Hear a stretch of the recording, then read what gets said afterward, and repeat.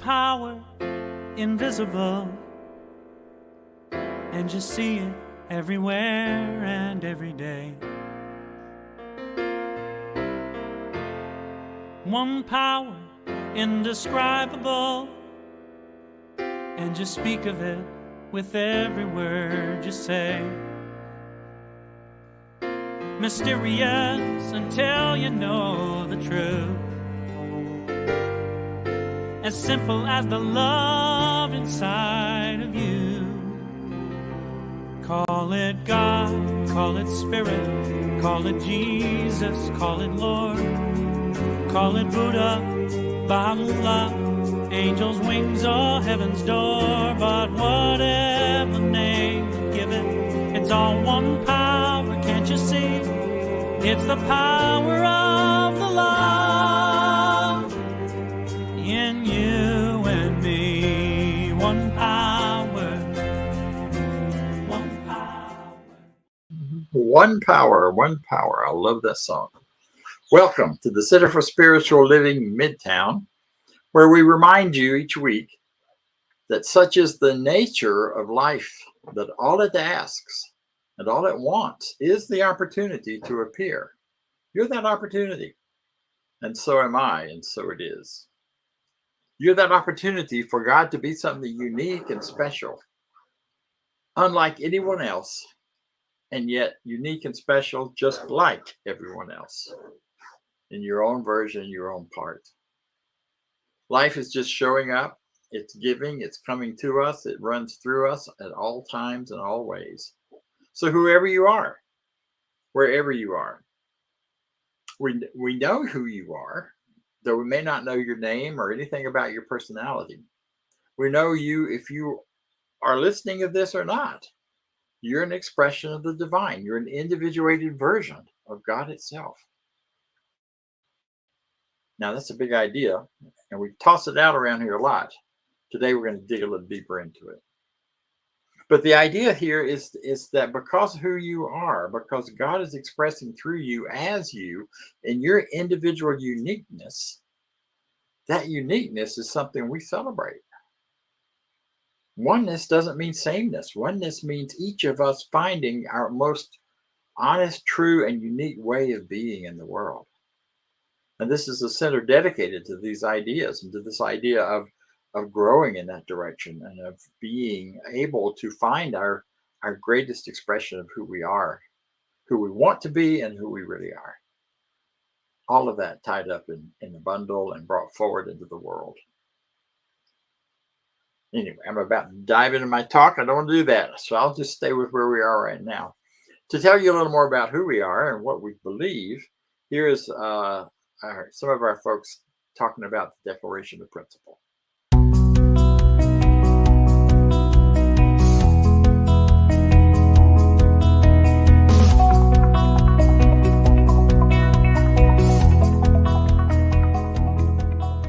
I believe in one God, one absolute power and first cause to all things.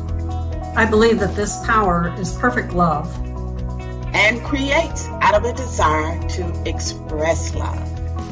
I believe all thought is creative, and how I choose to think creates my personal experience. I believe in the unity of all life and the immortality of the individual soul, forever unfolding. I believe in the eternal goodness, the eternal goodness of God, the eternal loving kindness, and the eternal givingness of God to all. And so it is. And so it is. And so it is. And so it is. Quick change, right? All right. So I would like to tell you a little more about who we are. We are the Center for Spiritual Living Midtown.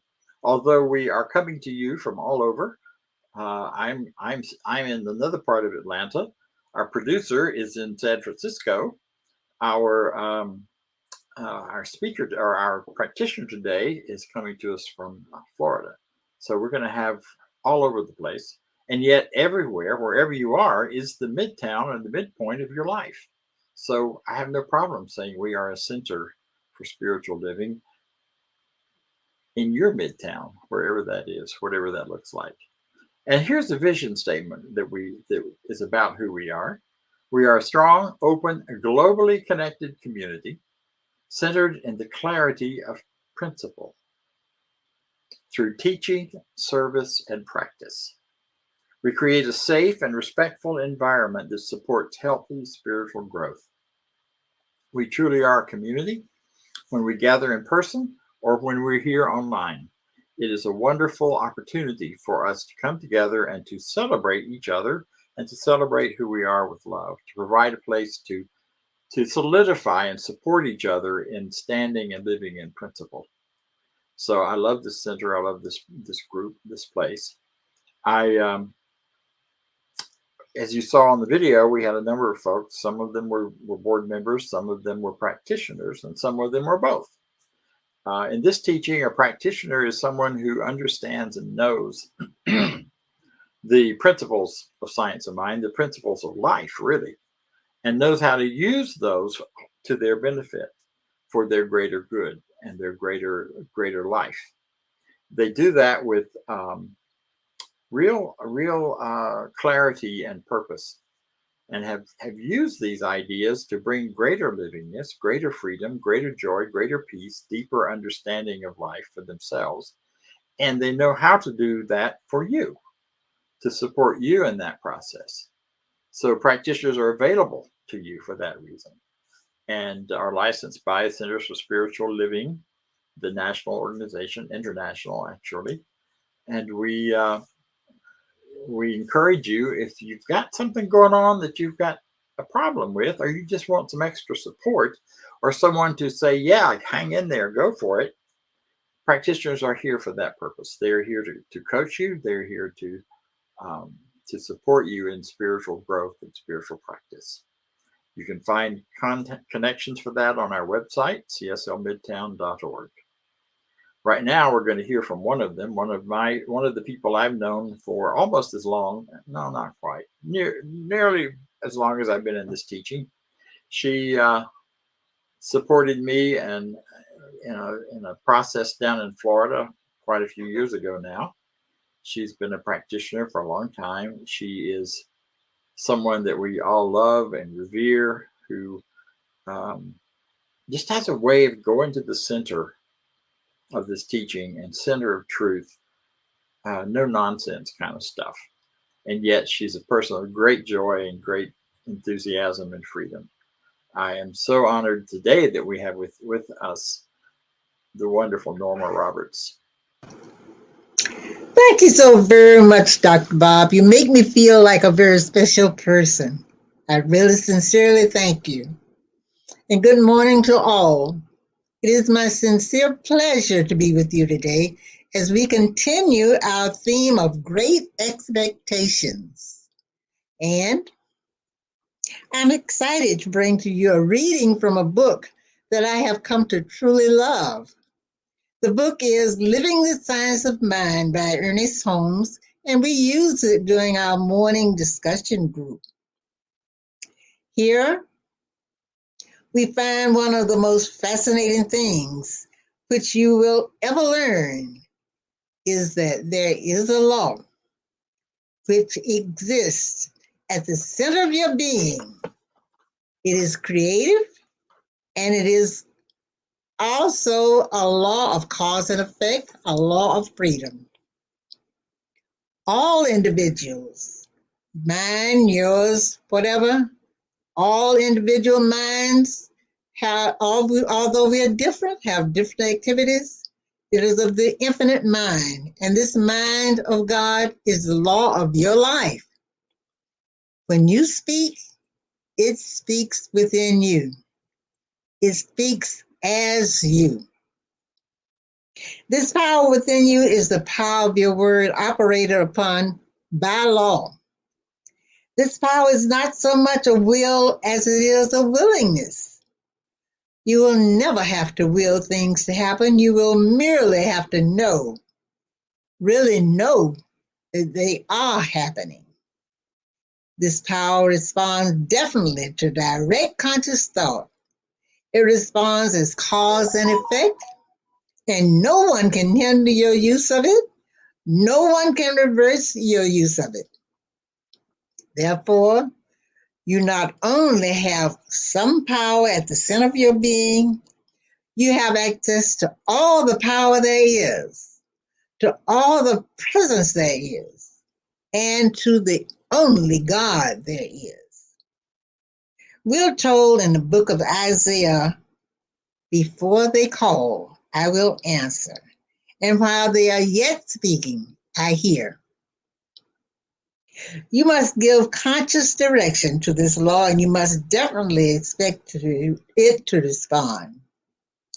When you say to the law within you, do this, you must know it's going to do it. You must believe there must be no doubt in your consciousness. You see, it is your consciousness. For the power, presence, and law are one and the same thing. And the creative imagination of your own thought is the director of your destiny. Let us remind ourselves today that there is nothing that comes to me. It always comes through me. And now let's take a brief moment for a spiritual mind treatment. Just relax and take a deep breath. And know with me as I speak that I not only speak, as I speak in the first person, that I not only speak for myself, but I speak for and as everyone within the sound of my voice. You can take anything that you can relate to and anything that you don't believe in. Just let it go. Let's know. God, Spirit is all and have no opposite and no opposition. It is what I am. It is the very law of my being. Therefore, I now accept what is true of Spirit is true of me. Spirit can only know completeness, power, and sufficiency. What it chooses, it becomes. It created me out of itself to experience all the good it is. The truth of who I am dissolved forever. Any mental patterns which do not reflect its reality, as well as any effect of such pattern. Knowing that my mind is the center of the divine operation, and the divine operation is always for expansion and full expression, I now claim that I am spiritually mature. I declare that every experience I may have today prepares me for new and greater experiences of creative self-expression, of success in every endeavor I choose to engage in, of perfect health, of greater and expansive wealth, of fulfilled love, and an ever-increasing awareness of the omnipresence of God. It is with great thanks I accept my good. It is of God, and I expect its expansion forever as my conscious direction. I now release this word to the law that responds by corresponding, and I await the perfect manifestation.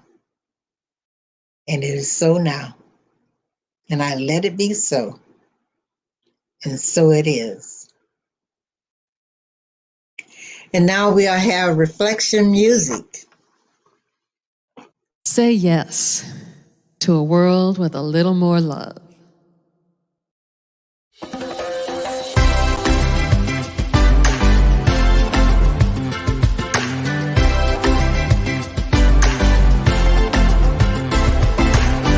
Everybody got a little something only you can bring.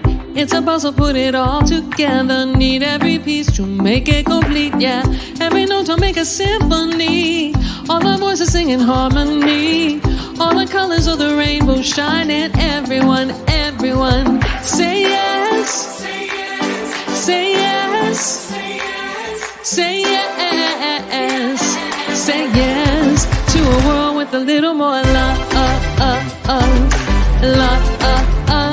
A little more love. Oh yeah. Never feel you're insignificant, like a tiny little grain of sand. What you do, what you say makes a difference. Go ahead and reach out your hand, open a door, say hello. Stranger today, you might get to know 'em. Little love just keeps on growing, changing life without even knowing. Say yes. Say yes. Say yes. Say yes. Takes everyone, everyone, everyone to make a world with a little more love. Love. A little more love. Oh yeah. It doesn't matter where you come from, gender or race, spiritual beliefs or orientation. Everyone has got the same motivation. Love is love, the same situation. Give love and help one another. In this world, there's only each other. One blood, the human race. If you feel the same, let me hear you say yes. Say yes. Say yes. Say yes to a world with a little more love. Little more love. Say yes. Everyone, everyone, say yes to a world with a little more love. Say yes to a world with a little more love. Say yes to a world with a little more love. How about a lot more love? I could do that too. First time I heard that idea that love is the very givingness of God to all. And I mean any kind of love. If you're experiencing it, if you're feeling it, if you're acting on it, if you're moving forward with it, then you are acting out of the givingness, acting through the givingness of God to all. That was a shocker for me when I first got into this teaching, because the idea that something as everyday as love. I mean, I love all kinds of things, some very deeply and profoundly, and some less so, but it's still love. I love vanilla ice cream. Most of my family think I'm crazy because, it's vanilla. I love it. I'd rather have that than any other flavor. And I will admit, and we'll tell you that the research says it is the preferred flavor in the country. So whatever. Doesn't matter, because I love it. I also love my daughter and my son-in-law and my grandchildren and family members and people in this community, and on and on and on and on and on it goes. Because love is such a powerful experience. It is something we do to experience the givingness of God through us. In other words, in a less theological language, it is the way we experience unity and oneness and connection, and really feel and know the idea that we're not separate on a deep, deep, profound level. This idea of the givingness of God, this idea that the universe, out of that love for us, as us, always, the universe is, I kind of use that language interchangeable with God the way I use it. Other people use it differently. But what I mean is this infinite power that we all describe. God sometimes sounds like it's out there and it's some old character, some old bearded guy like me who tosses out, favors or curses depending on whatever the random idea that is. That was my first idea of God when I was young. But there was but the one we're talking about is this energy power through each and every one of us as us. It's showing up in that way. The very fact that when you stop for a moment and you think to yourself, I I am. I. Has that ever stopped? When did it start? Do you remember when you didn't have an I? Of course not. Because the I is the infinite power within us showing up in a real tangible, everyday way. So this idea then that this power, this God, is a God of givingness, and in being such, always says yes. Wow. Now, I was new in the teaching when I first heard that. It was about 40 years ago, so it's been a little while. But what I remember was that idea caught me, and I just had to eat it and play with it and chew on it and think about it and work with it.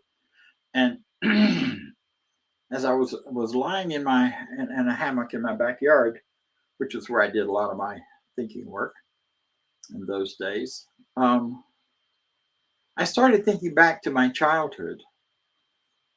My father died when I was young. I've told that story more times than probably I should, but I could. But he died when I was young, and I, within about 2 weeks, was in a tiny little 4-passenger airplane, Cessna, flying out to Texas to live with my aunt and uncle, because mom had my sister and I, and it was just too much for her, for all of us at once. So while I was out there, they dismantled our home and everything changed, and then mom came and joined us. But I remember when I got there being so depressed and so shocked that Amarillo, Texas doesn't have a whole lot there as far as nature. Later, I discovered it did, but as a child, coming from the dense woods of North Florida, with all of the teeming life and loving to be out in the woods and playing in the woods and all of that, it was kind of barren and bare. I spent all of my time drawing pictures of trees. I mastered the tree art, kind of the same pattern all the time, very, very much a second grader's artwork. But that's all I could do. And I talked about people back home, and I talked about what it was like to have trees around. And I talked I'm sure people around me were pretty bored with it, but I stayed focused on that and never really, I don't remember making any friends. I lived for 5 months out there. I don't remember making any friends, but I do remember my aunt and uncle being very kind, very nurturing, very caring, and really helped me through that early loss time for my father after my father's death. But I had that idea. And 5 months later, my mother came out with the idea of joining us. And at one point, there was talk about staying there. We stayed 6 weeks after she got there, long enough for her to complete a course in stenography. And then that gave her some job skills, which she didn't have yet.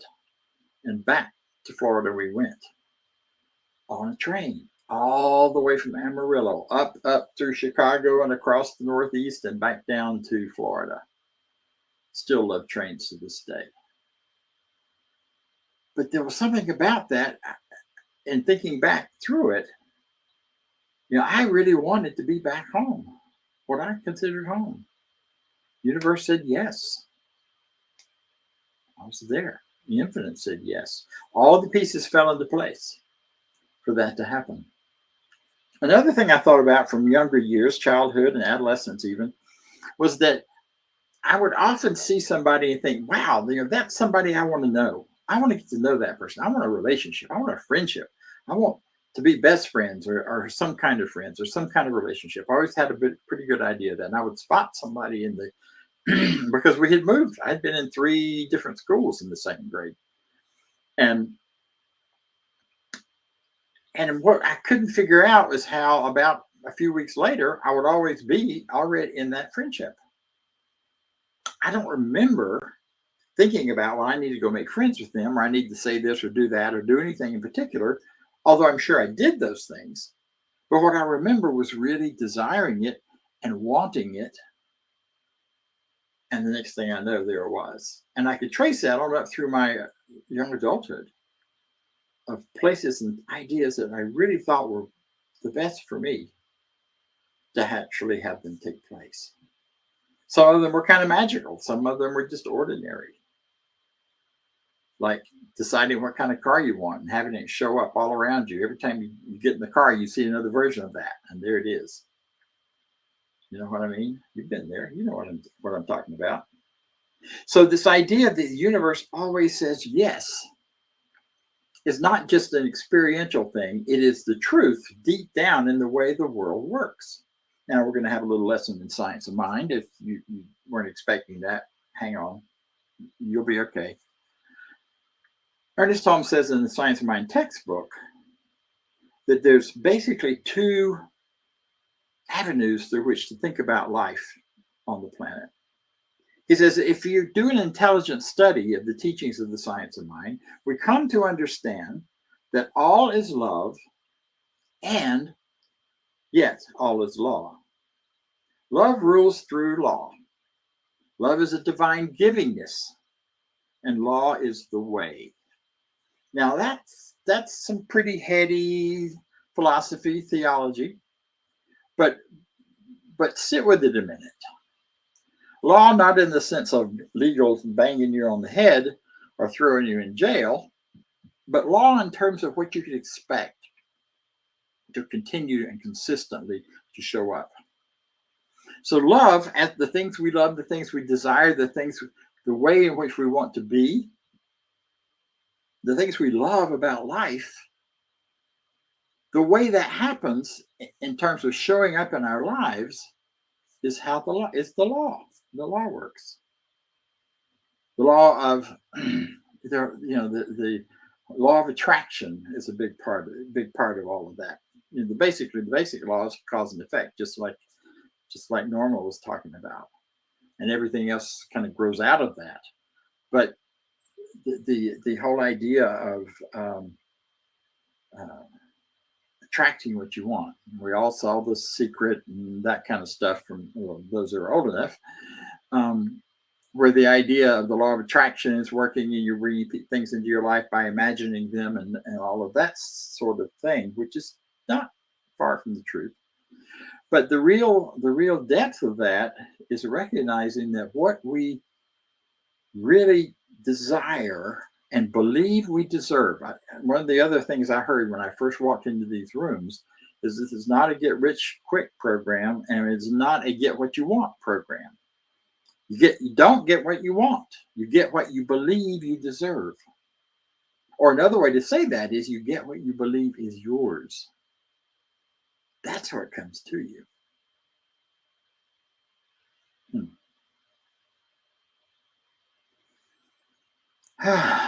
So it says yes. I've often told the story and enjoy it, not really a story, but more like a little kid is born into this tiny baby body, and at some point just needs to roll over. You know, he's on his back, she's on her back. She's always looking up at these great big faces, goo guying at her. It's no wonder some of us grow up messed up with the faces people make at us. But you just got to roll over and see something else. And you start thinking that and feeling that, and the universe, the infinite God within us says yes. And without knowing how or why, at some point you roll over. And then you start thinking, this is okay, but I'm stuck in one place. I'd like to move and see what's over there and go move around a little bit and feel something different. And everything within you says, this is what I want. And somehow, without knowing exactly how, you crawled. Infinite says yes. One of the interesting things about that is, that's when our whole brain function gets put into place, that whole business of crawling, right and left brain working together. All of the parts of us coming together as one happens when we start to crawl. Then you think, this is not enough. I want to be up running around like the big people.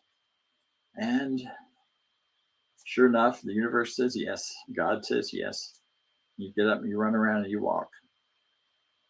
You get a little older, you start thinking about dating and relationships and people and the things you really desire and see and happen. Like for me, God says yes. Then you also start to think about things like, yeah, but I'm too fat, I'm too skinny. Oh my God, she won't like me. You know, and God still says yes.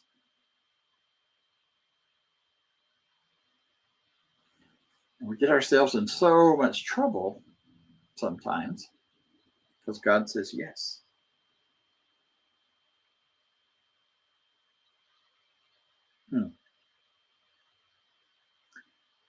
There's a flip side to this.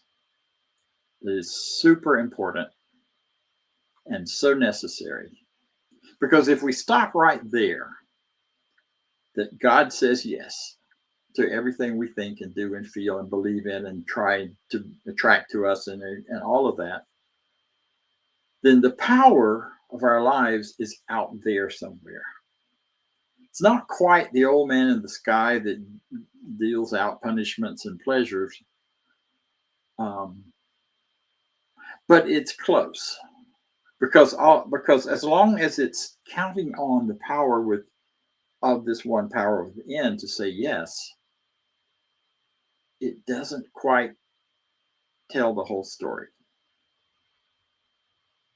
And here's the whole story, or the other part of it at least.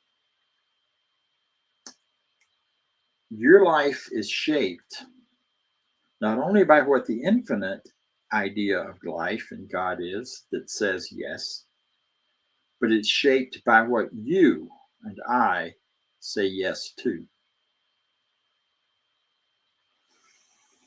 Yeah, think about that a minute. We live in a world that teaches us all kinds of nonsense based on the best people knew from the past. But depending on how much we say yes to it, shapes our experiences. One of the things I was taught in adolescence was, if you really, really, really like somebody, don't let them know how much, because they'll use you and take advantage of it. Can't tell you how many times that happened in my life. Before it dawned on me, I had said yes to that idea. I had said yes to that experience, and the infinite being the infinite and life being life and the way it works, I just kept getting those experiences. I would be so sad and depressed and unhappy because somebody left my life. And I realized I never told them how much they mattered. I was thinking about that when Norma was speaking. How much she matters, how important she's been in my life in ways she's not even aware of. And I'm so grateful to you, Norma. I'm grateful to all of you who are part of this center, who are the leaders, for providing, and those who've contributed, for providing income and life for me these last 5 years. Huge gratitude. If I sink too far into that, I'll get teary, then I can't talk, but I'll keep talking instead. See, I'm saying yes to gratitude. I'm saying yes to prosperity. There's a belief in our culture that life is really made up of two groups of people, beings, not just people, but beings. And we see it in the world around us, and we see it in the animal kingdom, we think, and therefore it gets perpetuated into the thought and consciousness of the planet. And that is that the world is divided between two groups, perpetrators and victims. And if you're not one of those, then you're a bystander, and that's as bad as being a perpetrator. Or you're just a victim that hasn't been victimized yet. Right? Murphy's Law, waiting for the other shoe to drop. I love the idea on a round planet, there's no other shoe. In a world of oneness, there is no other shoe. There's only one. Now we got to have two shoes to keep the oneness moving through time and space. But the truth is, down underneath behind that, saying yes to an idea above and beyond victim perpetrator. See, as long as we are believing in that, we are continuing to keep it going. We say yes to this, and we jump on the victim side of who's the victim and who's not, because once we decide who's the victim, then it's okay to be against the perpetrator. But and that can change. We're seeing wars around now, and there's a huge argument on the internet about who's the victim and who's the perpetrator, Hamas or the Israelis. Well, it doesn't. In some ways, it doesn't matter. From a higher perspective, it doesn't matter, because what matters is everybody loses in war. Everybody is being harmed, whichever side you're on. Because the truth is, there's something more important, and that is the idea that nobody deserves to get their lives torn apart by someone else. And yet we have these deep-rooted beliefs in victimhood that are brought on by our experiences. I shared this earlier in the week with another group. Early in my experiences here in this teaching, I went to a workshop led by Louise Hay. And she had us do a meditation, go into the quiet, and invite someone. You didn't need, not determining who, just invite someone and show up in your imagination to come and sit by your campfire. And that was my image. It was us sitting around a campfire and just watch the shadows and see who comes forward. And my father walked up, sat down by the fire. I scooted to the opposite side of the fire because even though I absolutely worshipped and adored him, I was terrified of him at the same time. And then she said, ask this person the question, how could I have loved you more? And it blew me away. I didn't want to ask it, but I did anyway. And the message that came back into my consciousness was, by telling the truth about me, telling the truth of what happened between us,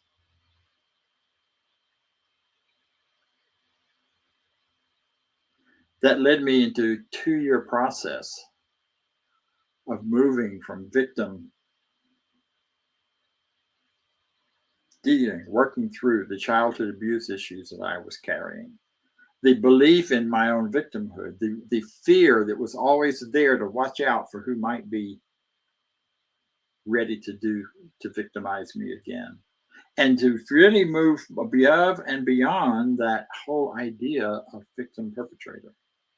I came to understand how much my father was victimized and how much he just passed that on to me. I came to understand how this whole thing of victim perpetrator, it takes both to do the dance. You can't dance either side of that without the other one. So it's kind of a dance. And as I came to understand more and more of that, I realized after going through a lot of work and a lot of process, and one day I woke up and realized I'm not afraid anymore. And I'm not angry with him anymore. Maybe this is what forgiveness feels like. But it had to start with telling the truth. The way to get past victim perpetrator is to tell the truth about our experiences and about how they felt. And the other piece that did not come through for several years later is that even with all of that had gone on, underneath and behind it, I am still here. I still love. I still find peace. I still have freedom. And I now, in a way better than ever before, get to choose what I accept into my life as my truth. And if it's something I'm wanting to choose and accept that doesn't seem to be working out, or I have trouble really believing and accepting it, then I have to go back to the beginning. Back to that place where underneath, behind it all, we are individual versions of the infinite God. Individual versions. Not separate versions. Not examples of.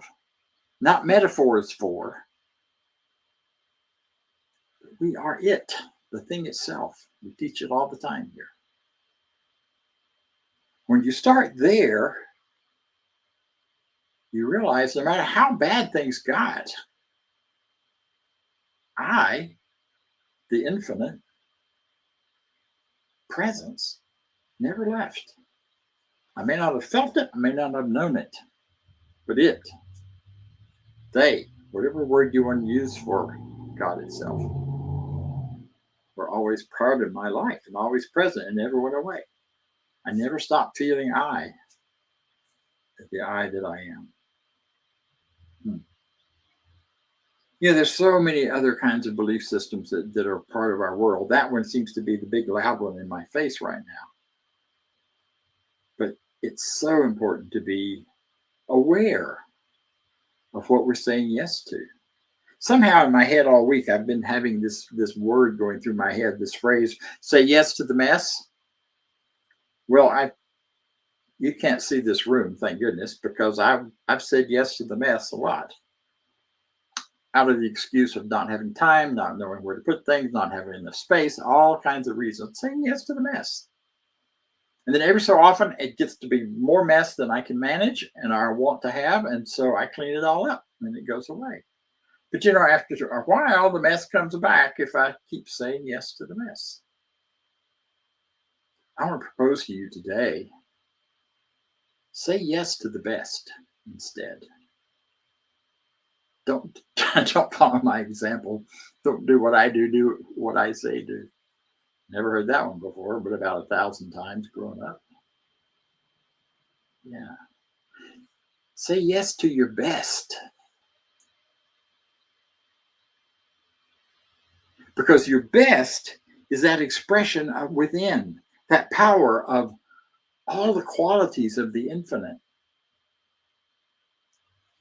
Love, love, love, joy. You got joy inside of you no matter what you're going through. It's about peeling away and looking deep enough within you to find it. Freedom. Freedom is a natural part of who we are. It comes in and out with every breath because it is the infinite itself moving through us. Beauty. Oh my God, the beauty in the world. The beauty around us, the beauty within each of us, the beauty of how we're put together. And if you see the science and you hear about all these massive systems and critters and beings within us that make up who and what we are physically, there's a beauty in that. There's an order. Light. Light, being able to see and know what's going on. Awareness. Probably one of the most important questions you can ask yourself, what am I aware of right this minute, at any time in the day? Because what you're aware of is probably what you're saying yes to. But if you turn that awareness within, take it to a deeper level, you have a better idea of who you are. And the question that always arises, who is the one that is aware? Sit with that one for a while. I want to close out today with the reminder of a wonderful little book that's such a great example of this whole idea of God, spirit, life, showing up for us, saying yes to us no matter where we are. And as Isaiah said, before we even knew what we needed. And it's the giving tree. You may remember it starts out with a young kid who's playing under the tree in the shade. And then the fruit falls from the tree and he eats it. He gets a little older and goes away for a long time, comes back. And I'm cutting this very short, and I apologize to the author for my misquoting the story. But he comes back after he goes off to another place another time. And when he gets back, he's ready to build a house. So he sits down under the tree and thinks about that. And the tree says, well, here, I've got some limbs. Take my limbs. He does. And he builds a house. And he brings his kids to play under the tree, what's left of it. Then later, as he gets older, the kids are gone. He and his partner come and sit under the tree.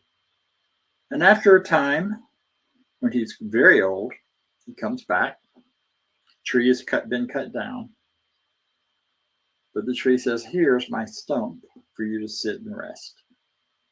See, the infinite is always giving to us in its power and beauty and richness in ways that we have only begun to imagine. And as it does that,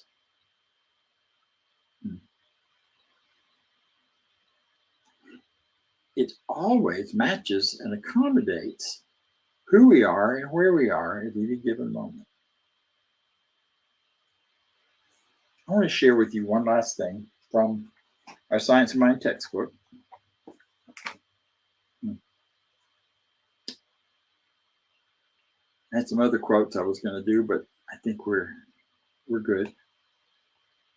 And this is the opening. This is the front inside page of the Science of Mind textbook, written by Dr. Ernest Holmes. And this poem is by him. And it's as if the infinite itself is whispering this in your ear. And the images are last 2 centuries ago in many ways. There may not be images that stir the same warmth and welcome, but see if they do. This is your invitation. Peace be unto thee, stranger. Enter and don't be afraid. I have left the gate open, and you're welcome to my home. There's room in my house for all. I have swept the hearth and lit the fire. The room is warm and cheerful, and you will find comfort and rest within. The table is laid, and the I lost my place, and the fruits of life are spread before you. The wine is here also. It sparkles in the light. I have set a chair for you where the sunshine dances through the shade. Sit and rest and refresh your soul.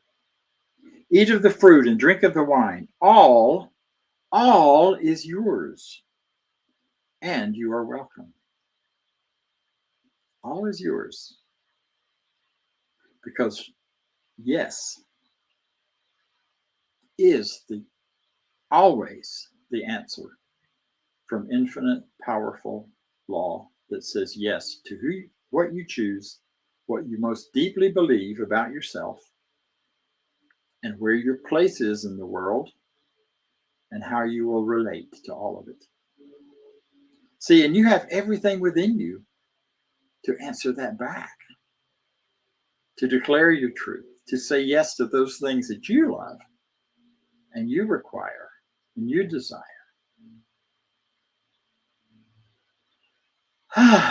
And therefore, it's all good and only good. So expect your good now and for always, because you're wonderful. So am I, and so it is.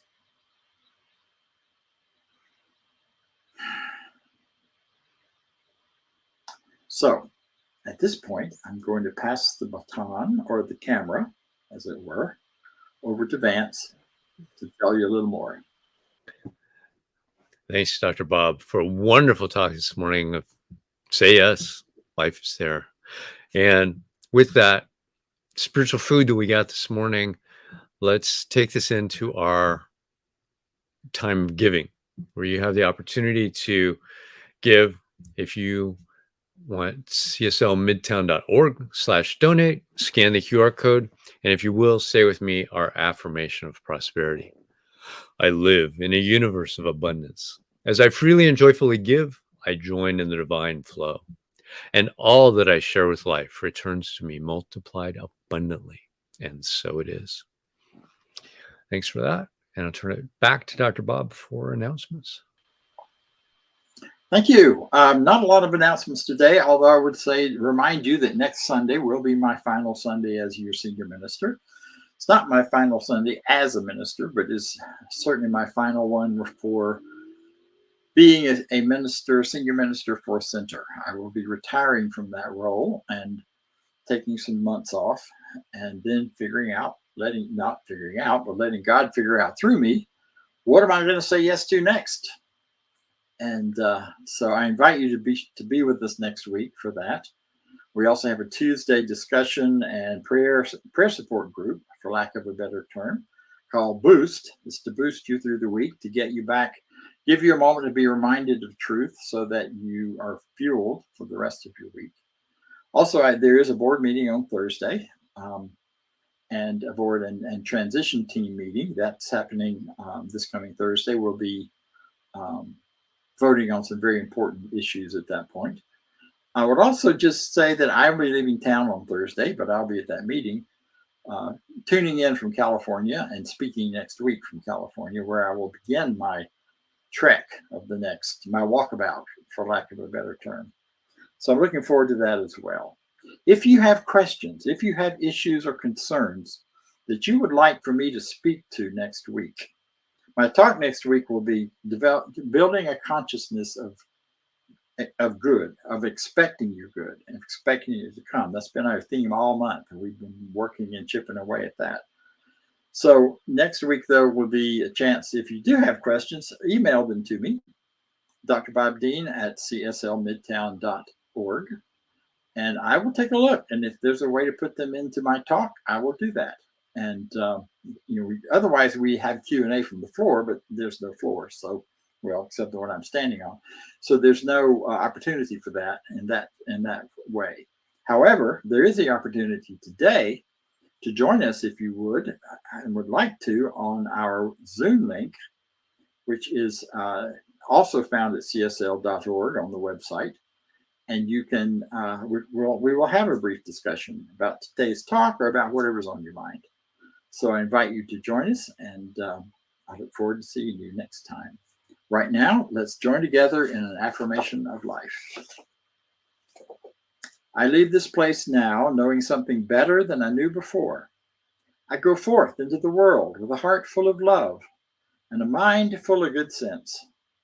I look at the world in a greater way, knowing that I have within me everything I need to create the life I desire. I give thanks for this understanding. I am grateful for the spirit of life that lives through me. And so it is. Thank you all. See you next time.